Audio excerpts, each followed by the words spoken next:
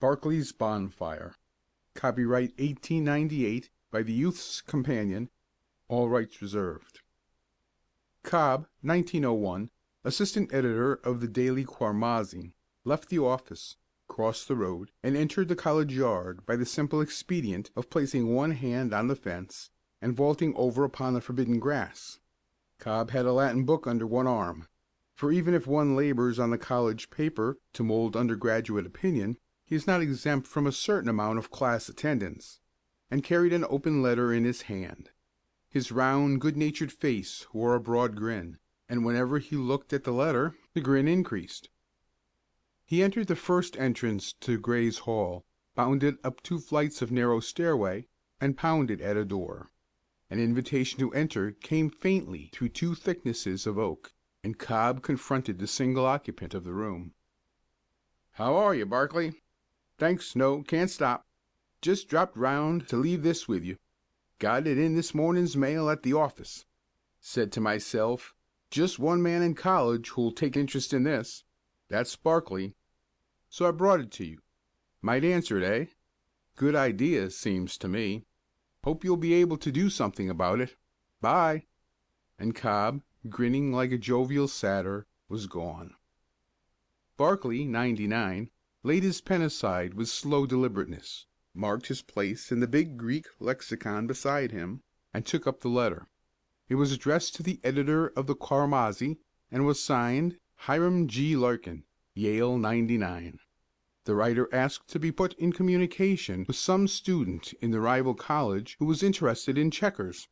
He dwelt enthusiastically on the formation of a dual checker league. He pointed out the fact that although chess, whist, and other games of skill and science were recognized and participated in each year by teams representing the 2 universities, the noble game of checkers had been hitherto woefully neglected. He suggested that teams be formed at each university, and that a tournament be played to decide the championship. When Barclay laid aside the letter, his long and ascetic face held an expression of enthusiastic delight. The one dissipation and hobby of Barclay's studious existence was checkers. He held a college-wide reputation as a grind of the most pronounced type. Barclay did not look down on the usual pleasures and frolics of the undergraduate. They simply had for him no appeal. He had nothing against football, or baseball, or track athletics, but he felt no enthusiasm for any of them. Of course, he was always glad when the college teams won. He was patriotic to a high degree, and sometimes, when the bonfires burned and the students cheered and sang, he acknowledged a wish lying deep down in his heart that he, too, might be able to derive pleasurable emotions from such celebrations. Barclay, in short, loved Xenophanes and Xenophon, and next to them, checkers. Before he went to bed that night he answered the Yale man's letter, endorsed the project voluminously, pledged immediate cooperation, and remained fraternally his, Simonides P. Barclay. I have no intention of specifying in detail the steps which resulted in the formation of the Intercollegiate Checkers Association. Barclay and Larkin wrote to each other at least every other day, and at the end of 3 weeks the matter was settled. Not, perhaps, just as they had hoped for. Barclay had labored heroically to find a membership for the Checkers Club, but without avail. None wanted to join. Many scoffed, and instead of enthusiasm he awakened only ridicule. And the Yale man reported like results. So when the rival teams met in a private room in Young's Hotel one December day, they consisted of just Larkin, Yale, 99, and Barclay. The tournament was held behind tightly closed doors. Consequently, I am unable to report the play for the reader's benefit. Enough that deep silence and undoubted skill held sway until dusk, at which time the 2 teams passed into the dining hall and ate a dinner, at which much good feeling was displayed by both, and at which the day's play was rehearsed scientifically from oysters to coffee. The teams then shook hands and parted at the entrance. Barclay boarded a car and returned to college, filled with overwhelming triumph. He had won 3 out of the 7 games and drawn 2. The checkers championship rested with Harvard. Such a spirit of jubilation possessed Barclay that when he reached his unadorned room, and had changed his gold-rimmed glasses for his reading spectacles, he found that Greek for once did not satisfy. He tried light reading in the form of a monograph on the origin of Greek drama, but even then his attention wandered continually. He laid down the book, wiped his glasses thoughtfully, and frowned at the green lampshade. Plainly something was wrong, but what? He pondered deeply for several minutes. Then his brow cleared, and he settled his specs over his lean nose again. He had found the trouble. "The victory," said Barclay soberly to the lampshade, "demands a celebration." The more he thought of it, the more evident it appeared that the day's triumph over the Yale Checkers Club deserved some sort of a public jubilee. He might, considered Barclay, put his head out of the window and cheer, but he wasn't sure that he knew how. Or he might shoot off a revolver, if he had one. Or he might start a bonfire. Ah, that was it, a bonfire! The idea appealed strongly to him, and he remembered that as a boy on a New Hampshire farm bonfires had ever moved him strangely. He rose and thrust his feet into a pair of immense overshoes, tied a muffler about his long neck, donned his worn ulster, turned down the lamp, and passed out of the room. Yes, he would celebrate with a bonfire. A victory over Yale at checkers was quite as important in Barclay's estimation as a triumph over the blue-stockinged football warriors. 15 minutes later a window at the upper end of the college yard was slammed open, and a voice bawled into the frosty night. "Heads out! All heads out!"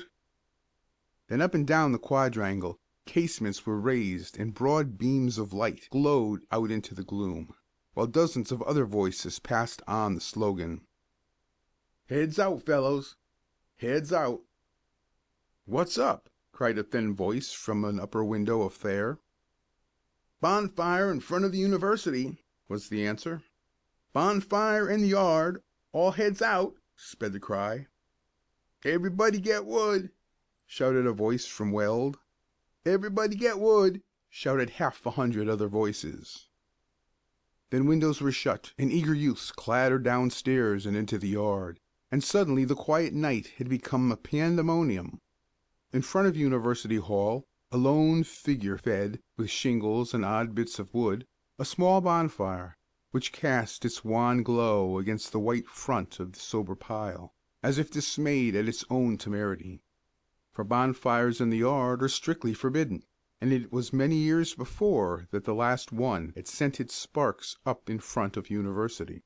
Barclay knew this, and welcomed the danger of probation or dismissal as adding an appropriate touch of the grand and heroic to his celebration. "Everybody get wood!" "What's it for?" "Rah, for the bonfire." "Who's doing it?"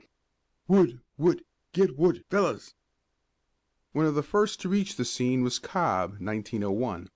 A dozen others were close behind him. "Hello, what's up? What are we celebrating?" he asked breathlessly. Then he caught a glimpse of the thin, bespectacled visage of Barclay, and gasped, Why, it's old Barclay!" "Rah for Barclay! Old grind!" shouted another. "He's the stuff! Everybody get wood!" At that moment a worn-out hen coop arrived suddenly on the scene, and a shower of sparks told that the fire was gaining courage. "But say, old man, what's it all about?" asked Cobb. "We are celebrating a victory over Yale," answered Barclay soberly, as he adjusted a plank with his foot. There was no undue excitement exhibited by this tall figure in the long ulster, but underneath his calm the blood raced madly through his veins, and a strange and well-nigh uncontrollable joy possessed him as the flames leaped higher and higher. He stooped and picked up a brand from the edge of the fire. He waved it thrice about his head, sending the flaring sparks over the ever-increasing crowd. "Hooray!" he yelled in queer, uncanny tones. "Rah, rah, rah!" answered the throng. "Everybody get wood!" "But what'd we do to 'em?" asked Cobb wonderingly. "What was the victory?" "Won the checker championship," answered Barclay proudly. A roar of laughter went up. fellows fell on their neighbors' necks and giggled hysterically. A football man sat down in the fire and had to be rescued by his friends. Cobb hugged Barclay and patted him on the back. "Good old Barclay," he gurgled. "Oh, good old Barclay. Won the checker, champ, champ, champ. Oh dear, somebody hit me before I—" "More wood!" bawled someone. "'Rah for Barclay, the champion checkerist! Everybody cheer for Barclay!" And everybody did, many, many times. More wood leaped from out the darkness and fell upon the flaming heap, which now rose to the fellows' shoulders and crackled right merrily. The vicinity of the bonfire was black with yelling, laughing students, and every moment their number grew, as the light was seen at distant dormitories, or the shouting was heard across the avenue. "Speech!" cried the throng. "Speech! Speech!" And Barclay was quickly elevated to the shoulders of Cobb and another, and from there spoke feelingly of the inception and growth of the Checkers Club, of the tournament and of the victory. Very few heard all that speech, for it was cheered incessantly, and those at the edge of the crowd yelled, "Who's the fellow that's talking?" "What'd he do?" "It's Dewey." "No, it's—" At that moment someone started a song, and by common impulse the students formed in line and began the circuit of the yard, Barclay, on the shoulders of the two riotous friends, leading the procession. Thrice around they went, singing the college songs, cheering on every provocation, clasping arms and swinging ecstatically from side to side, and raising such an uproar as the old college had not often heard. "The most gorgeous bonfire since we won the boat race," panted a senior at the end of the parade, "and the biggest celebration. But I'd like jolly well to know what it's for." "Join hands!" was the cry, and soon 3 great rings of dancing, striding youths were circling the fire, their fantastic shadows leaping grotesquely across the front of the buildings. And just when the frolic was at its height, and the fire was crackling more joyously than ever, just when the quiet winter stars were hearkening for the 50th time to the hoarse cheers in honor of Barclay, the dean and 3 professors walked into the circle of radiance, and the throng melted as if by magic, until Barclay, spectacleless, hatless, but exultant, was left standing alone by his bonfire. "Ah, Mr. Barclay," said the dean, pleasantly, "will you kindly call on me to morrow?" "I think we will let the matter drop," said the dean next day, hiding a smile under an affected frown, "if you will promise, Mr. Barclay, to indulge yourself in no more— The dean's voice failed him, and he swallowed spasmodically twice before he found it again. "No more celebrations of victory." And Barclay, very remorseful and chastened this morning, promised, and hurried off to his beloved Greek. Both Barclay and the Yale Checkers Club graduated from their respective universities the following spring, and consequently the Intercollegiate Checkers Association died. But although gone, it is not forgotten, and Barclay's bonfire is still spoken of as the most gorgeous thing that ever happened. End of section 2.